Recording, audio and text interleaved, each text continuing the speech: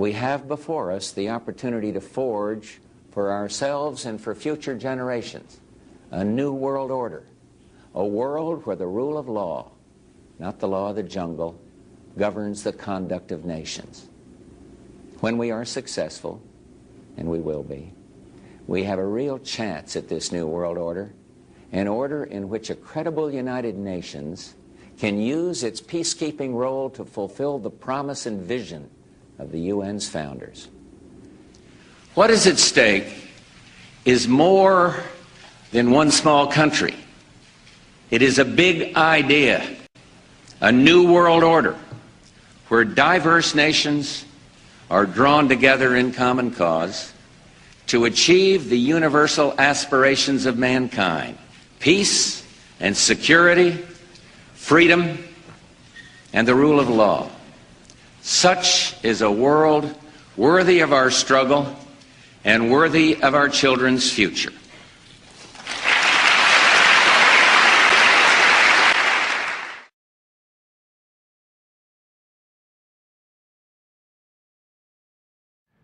Hi, everybody. A few days ago, I unveiled a new national plan to confront the growing threat of a changing climate. Decades of carefully reviewed science tells us our planet is changing in ways that will have profound impacts on the world we leave our children. As a president, as a father, and as an American, I'm here to say we need to act. I refuse to condemn your generation and future generations to a planet that's beyond fixing.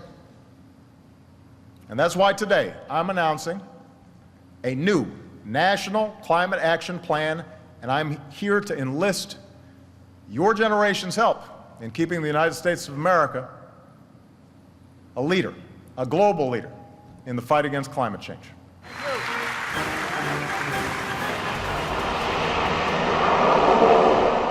Pretty impressive, a display of international military might. Thousands of men and women from several different countries all landed on Camp Pendleton's beaches today.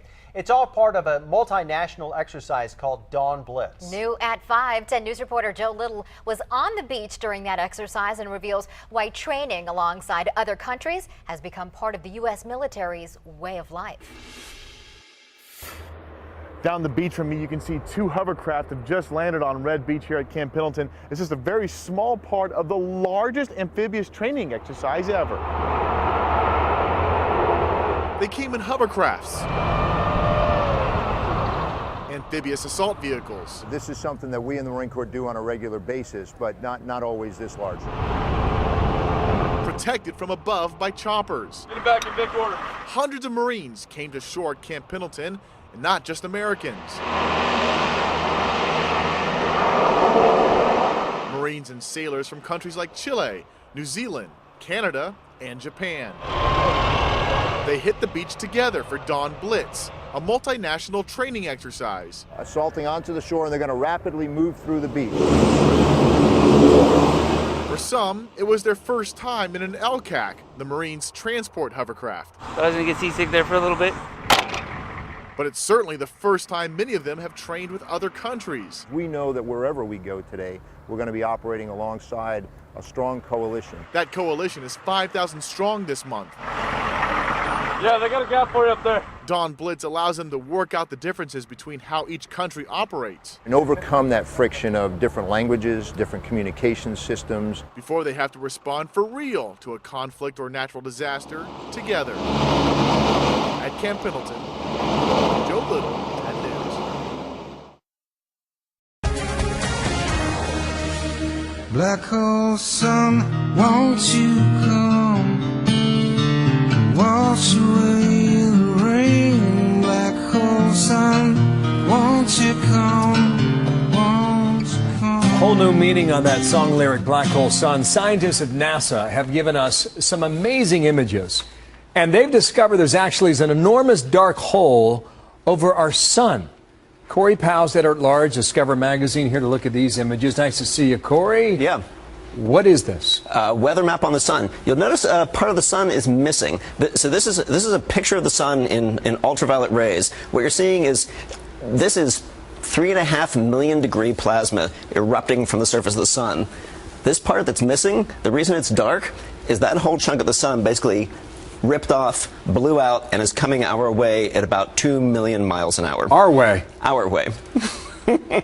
That doesn't sound good. Well, I mean, this kind of thing happens all the time, but you don't very often see something that big. So I'm going to go all Carl Sagan on you here for a second. So this is about 80 times as wide as the Earth. If you're looking at the Earth on this scale, it's about that large. So this is an incredible chunk of the sun that's flying out. What happens when it hits our planet? It causes auroras. It wiggles the magnetic field. The thing you really worry about is it can disrupt your GPS, it can mess with your communication satellites, it can mess with your power lines. Is that like a solar flare? Or? So yeah, so these hot spots are where things are, it's where the things are really kind of intense and bubbling. This is where it's basically reached the point where it just kind of completely blew off. You're actually not seeing the hot gas here because it's no longer around the sun. It's coming into our face. Did we ever know this before? Or did we not take note of it? Well, we know it's really very recent that we've even been able to see these things, and so we kind of knew, there's this constant low-level thing, a few $1 million a year damages, more or less, just our solar satellites, power lines, things. We knew that the sun was messing with us, and we didn't exactly know why. Now you see why. And the real worry is, this is actually, believe it or not, this is a small one. This is a minor one. Wow. Can you tell us what this means then? So what this means is, this is what the sun does all the time, and we don't really know why it does it. There's an 11-year cycle of solar activity, and right now we're going into a time of peak activity. And that's when all those things I was talking about before, we really need to watch for your power lines, your satellites, for all that. But you just said something there. You said it happens all the time. If it happens all the time, is there a real risk to us? Or are we just noticing now? Well, so there's two parts. I mean, there's stuff like this. Like I said, this is actually not even a particularly bad one. So this is what happens all the time that we weren't really noticing, that now we're starting to understand and forecast. But there are much more intense ones. There was a giant solar flare in 1962, right before we really had a whole lot of satellites, an even bigger one in 1859. Wow. And if something like that happened again, that could cause a global blackout. You always talk about solar flares as the biggest danger on a large scale. So we will see. Corey, thank you. Excellent explanation. Oh, well, thank you. And we'll call you Carl Sagan next time, okay? Cool? Yeah, millions and millions of Earths would fit in this picture. Yeah, nice. There you go. Thank you, Corey. All right, Jamie. There is a highly unlikely, yet ever-present risk that the sun will unleash a massive eruption, as it does every 1 to 200 years, and it could completely change our way of life. Normally, humans experience these events as little more than brilliant auroras, perhaps even globally or at very low latitude. But today, humans are uniquely vulnerable to this event because of our dependence on electricity. Let's begin by looking at the relevant solar features. Now, this is the visible spectrum. At sunset, you can even see sunspots if you've got a clear view. They are produced when the solar magnetic field pushes through the photosphere. On the magnetogram, the red is negative charge and blue is positive. When these areas are large and magnetically mixed, they can release a flare. Sitting above the surface of the sun, visible via the STO AIA 171, you can see charged particles suspended above the solar surface by strong magnetism, the most concentrated of which is often where the magnetic field loops and forms the sunspots. These are the particles that constantly escape as the solar wind and leave en masse as the coronal mass ejections after large electromagnetic energy from the flare expels them.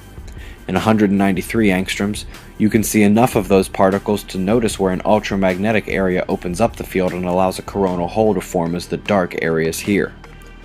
Now, as you watch some flares and CMEs, starting with the largest we've ever recorded, let's nail down the difference between a solar flare and a coronal mass ejection, or CME.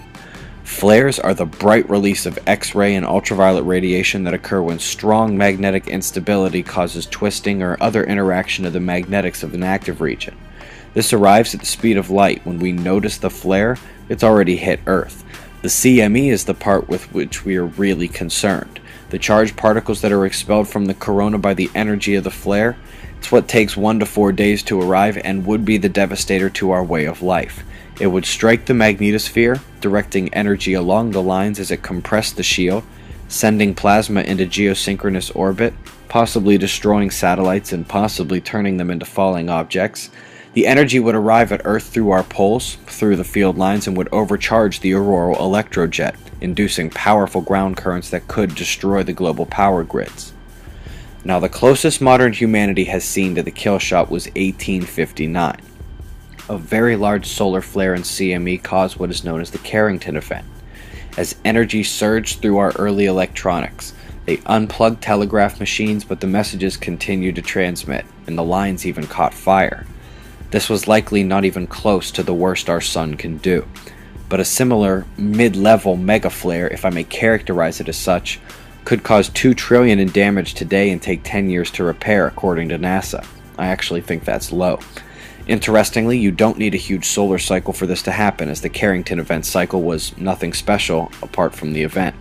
You might not even need solar maximum, as the fourth largest flare we've ever recorded happened in the heart of the last minimum. More recent minor events that were not mega flares were the Quebec blackout in 1989 and the Sweden blackout in 2003. Now, as I said, humans are now uniquely vulnerable to the kill shot. We depend on electricity. Imagine empty store shelves, empty gas pumps, no water from your faucet, no heat or air conditioning, no phone or police.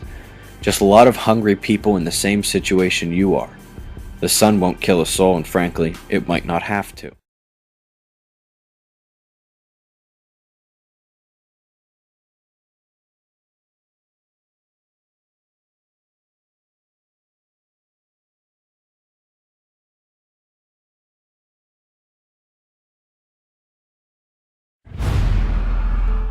And I beheld when he had opened the sixth seal, and lo, there was a great earthquake, and the sun became black as sackcloth of hair, and the moon became as blood, and the stars of heaven fell unto the earth, even as a fig tree casteth her untimely figs when she is shaken of a mighty wind.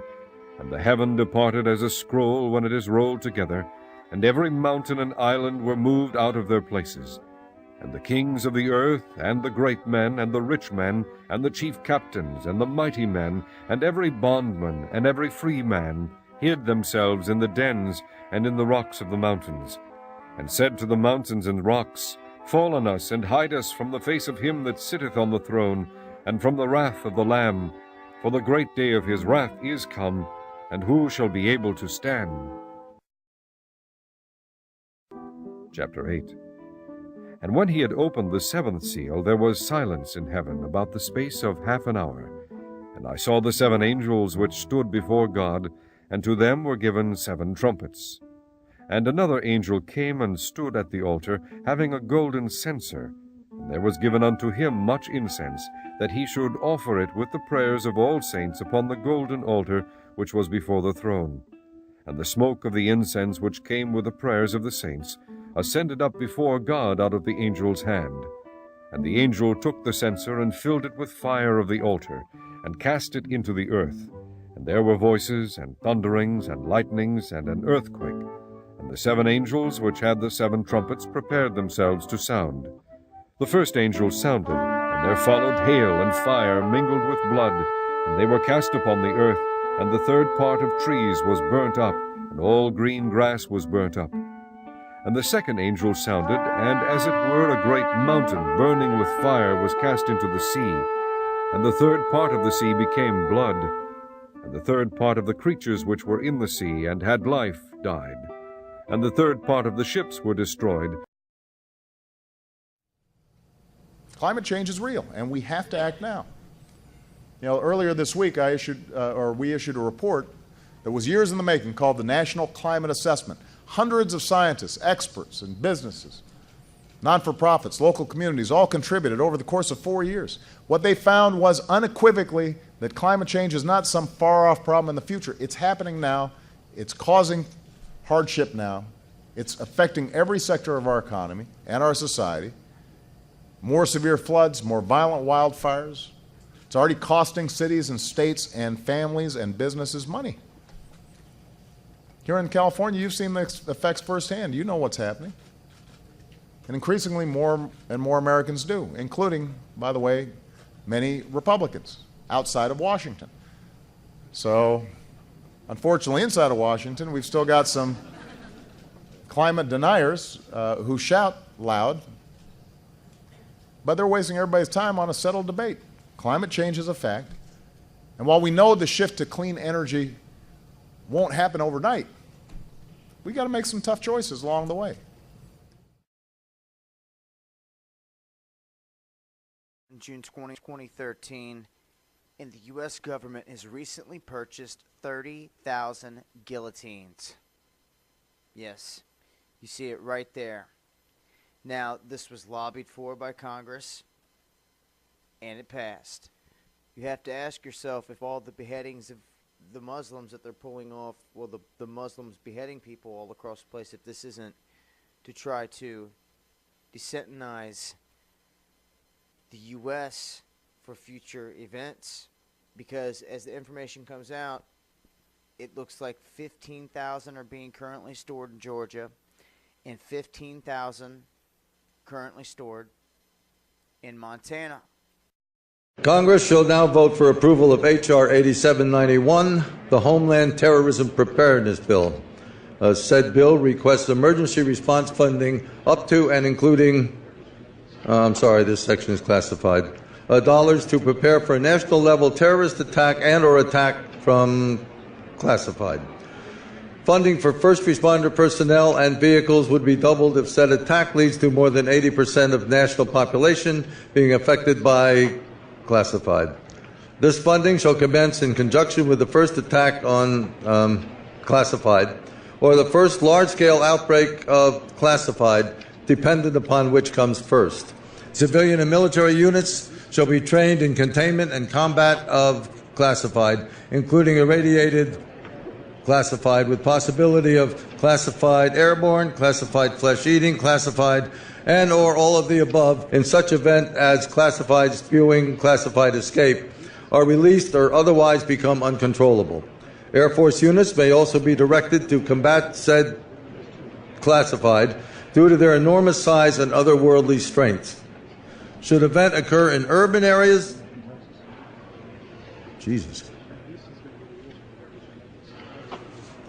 that's classified, far surpassing our darkest nightmares. Should casualties exceed classified, body disposal actions shall be halted and associated resources shall be reallocated to classified underground, classified protected birthing centers. New Bill of Rights shall be drafted and approved by classified. Having now reviewed the bill, I ask you to please cast your votes.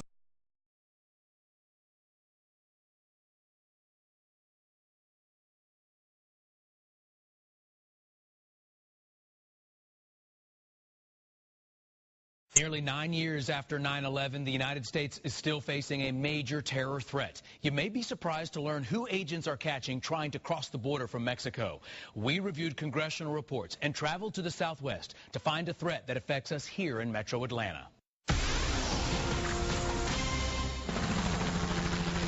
The Border Patrol uses choppers, ATVs, and horses to patrol the 2,000-mile southwest border.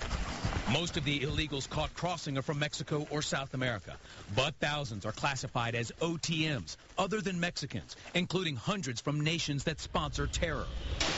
These are the records we obtained at this federal detention center near Phoenix, Arizona. We found illegals from Afghanistan, Egypt, Iran, Iraq, Pakistan, Sudan, and Yemen in custody. We have left the back door to the United States open. Former Arizona Congressman J.D. Hayworth has seen the intelligence reports. And we have to understand that there are people who definitely mean to do us harm who have crossed that border. This Arizona rancher doesn't want to be identified because he fears the Mexican cartels who smuggle drugs and people near his property. This Muslim prayer rug was found on his ranch. It's just one more indicator that there's a whole lot more than just a few poor Mexicans coming into the United States. There's more. This congressional report on border threats confirms members of Hezbollah have crossed the southwest border. It also contains photos of military jackets found on the border. The Arab insignia reads, "Martyr, way to eternal life." The other depicts a plane crashing into the Twin Towers. The American public has been kept in the dark about this whole issue. Dave Stoddard was a Border Patrol agent for 20 years. He worries about the dangerous people who get through and may be living among us. In my experience, for every one apprehended, there was at least 10 that would escape apprehension. The congressional report also reveals the route Middle Easterners take. They travel from Europe to South America to the tri-border region, where they learn to speak Spanish, then travel to Mexico and blend in with other illegals heading to this country. One of the world's most wanted terrorists was actually spotted in Atlanta, and speculation is that he came up through the mountains into this country through the Mexican border. Adnan Shurka Juma is a Saudi Arabian pilot and bomb expert with a $5 million bounty on his head. Federal agents verified he spent time in Atlanta just prior to 9/11 and left on a bus. In 2004, Shurka Juma was one of 7 al-Qaeda members the feds were looking for after they were spotted in Central America and believed to be heading for the U.S. The most grave concern from the congressional report, that Mexican drug cartels will help terrorists smuggle weapons across remote border crossings. Because if we learn nothing from 9/11, certainly we should have learned that borders are important. And former Arizona Governor Janet Napolitano is now Secretary of Homeland Security. We wanted to ask her about the border threat, but our request for an interview was never answered.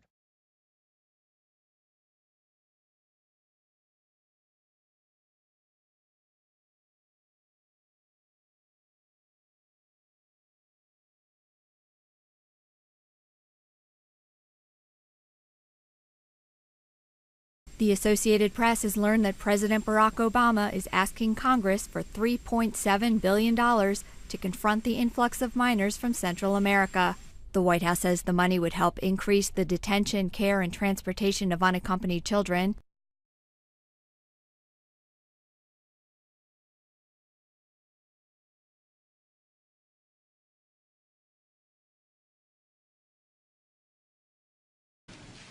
It is a big idea, a new world order,